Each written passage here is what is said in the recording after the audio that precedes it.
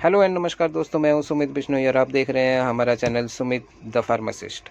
आज हम बात करते हैं एम्प्रोडिल एस सिरप के बारे में। एम्प्रोडिल एस सिरप एक कफ एक्सपेक्टोरेंट है। इस दवाई के एक्टिव इंग्रेडिएंट एम्प्रोक्सल हाइड्रोक्लोराइड और साल्बुटामोल का कम्बिनेशन है, जो कि खांसी के लिए इस्तेमाल किया जाता है। इसका इस्तेमाल chronic bronchopulmonary, sore throat, asthma, बलगम वाली खांसी, breathing disease, lung disorder, respiratory tract infection में किया जाता है।